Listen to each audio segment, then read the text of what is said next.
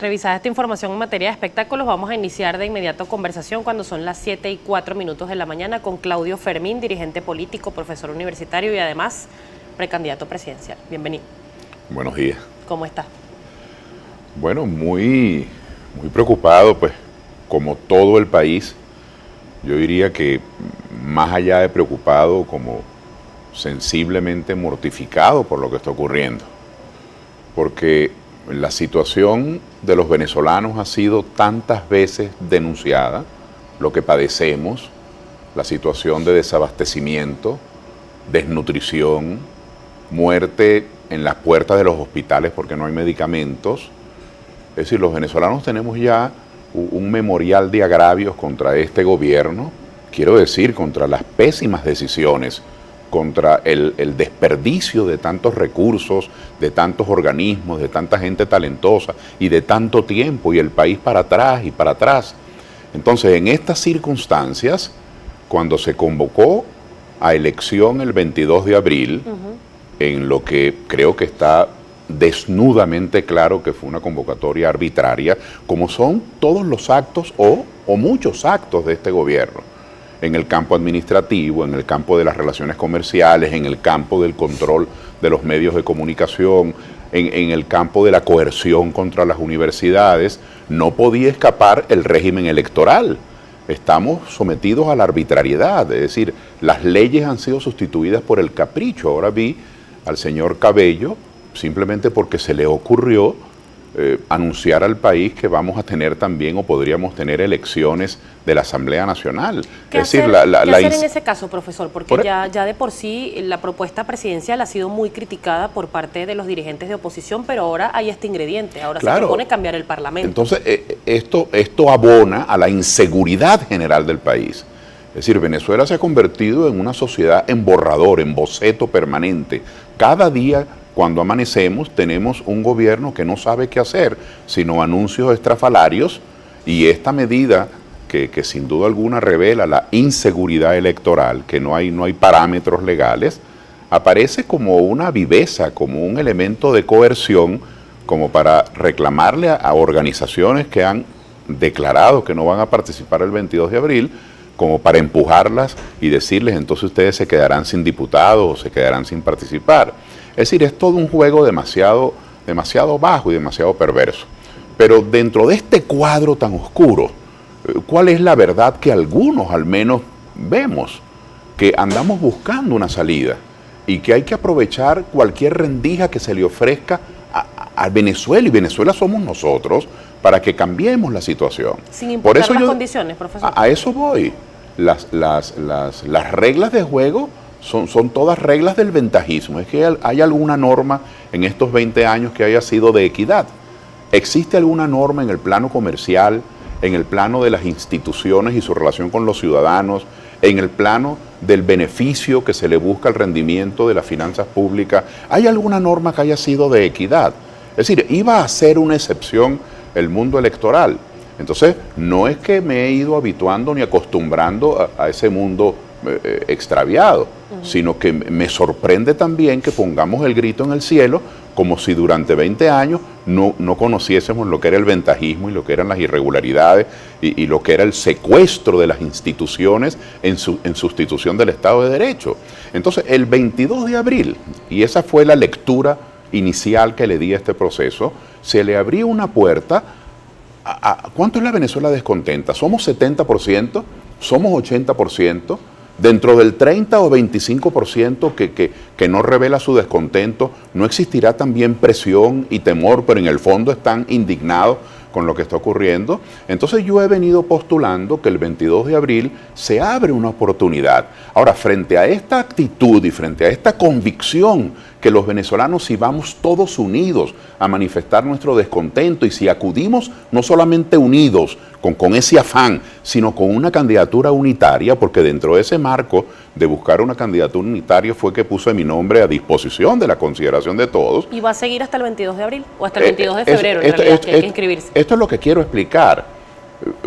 Bueno, explico eso y termino la otra idea. Es decir, dentro de este marco yo soy un convencido que si la condición es la condición unitaria, Si todos los venezolanos nos damos la mano y vamos con un candidato unitario y acudimos con nuestra presencia a las mesas electorales, vamos a hacer muchísimo más que la ventaja que saque la irregularidad y los cambios de centro de votación. El chavismo, o mejor dicho, el gobierno, más que el chavismo, porque el chavismo de base ya no se siente representado, pero el gobierno no ha podido pasar de 6 millones de electores en los últimos comicios, en el de alcaldes, en el de gobernadores, en la Asamblea Constituyente tampoco, solo que allí la matemática superó los 8 millones porque dentro de las bases comiciales absurdas, una persona podía votar 2 y 3 veces, pero no han podido pasar de 6 millones de electores y somos 19 millones y medio de inscritos. Entonces yo siempre observé, y ese sigue siendo mi evaluación, no es que yo sea un optimista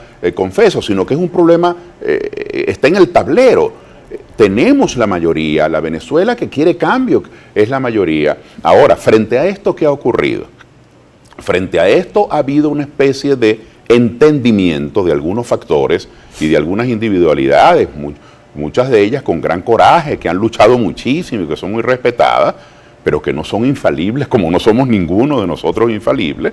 Ha habido una especie de entendimiento para cruzarse de brazos, un entendimiento en la inacción, un entendimiento en la pasividad, es decir, como si eso fuese, entre comillas, a agravar la crisis y como si ese agravamiento fuese a dar después con una especie de desplazamiento del gobierno. Yo digo que si nosotros pudiésemos elegir de manera unitaria, haciendo fuerza todos en el mismo sentido, y todavía hay tiempo, si nosotros pudiésemos elegir un presidente distinto de Maduro, esa es una herramienta de cambio muchísimo más eficiente que simplemente protestar, tiene un valor, que simplemente protestar porque no hay garantías electorales. Es decir, esa protesta, que es un testimonio histórico, no tiene la fuerza de elegir en las narices del ventajismo un presidente distinto de Maduro. Eso sería una gran herramienta de presión. Pero ¿cómo encaminarse hacia eso tomando en cuenta los picos que ha tenido la oposición? Se criticó el proceso regional de la escogencia de gobernadores porque no había condiciones,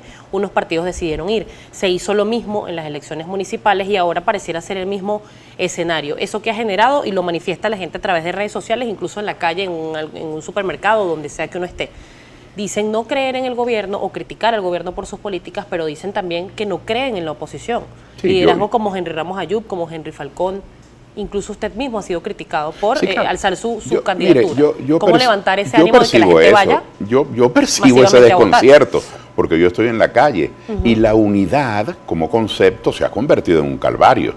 Fíjense, en primer lugar hubo venezolanos y los nombres sobran, son muchísimos nombres representativos, que plantearon desde un inicio, no ahora, a propósito del 22 de abril, sino lo hicieron para las elecciones municipales también y las de gobernadores, plantearon no participar. Uno, porque no creen en el sistema electoral, tienen sus argumentos, otros porque están invalidados y sienten que al no protagonizar, ¿para qué van a participar? Otros porque han hecho del reclamo contra el ventajismo su bandera, y sienten que participar es incorrecto. Bueno, eso es una posición. E incluso quienes plantean no participar le han dado hasta un tinte, vamos a llamarlo, ético. Ha habido también algo de terrorismo verbal.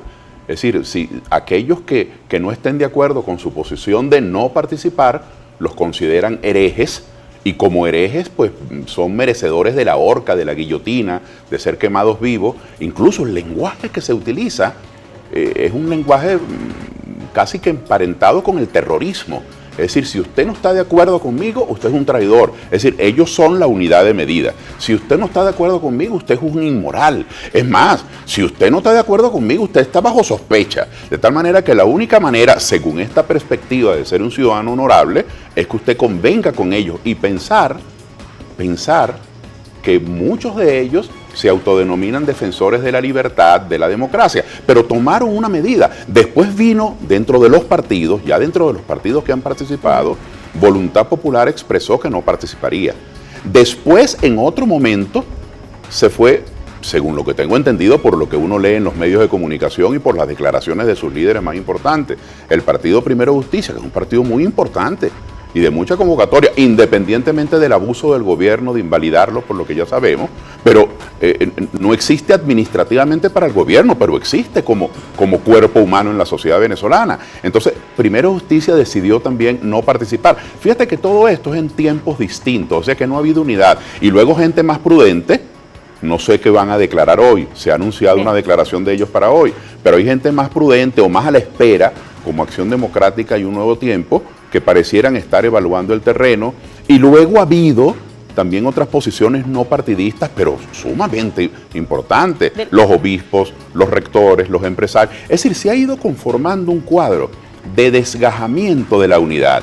Y entonces quienes hemos manifestado que es importante participar, que no es que estamos convalidando trampa alguna, no, sino que el descontento es tan grande, la indignación del país es tan maciza, que somos más que las irregularidades que el gobierno pueda sacar de su ventajismo. Ahora, esa es una posición práctica. Hay quienes quieren entonces refugiarse en una especie de protesta simbólica, y yo preguntaría, ¿y qué vamos a hacer el 23 de abril? Tengo que ir a la pausa y precisamente vamos a hablar de eso. ¿Qué va a pasar y cuál es el escenario de cara al 23 de abril, un día después de estos comicios presidenciales? Seguimos al regreso con Claudio Fermín, dirigente político.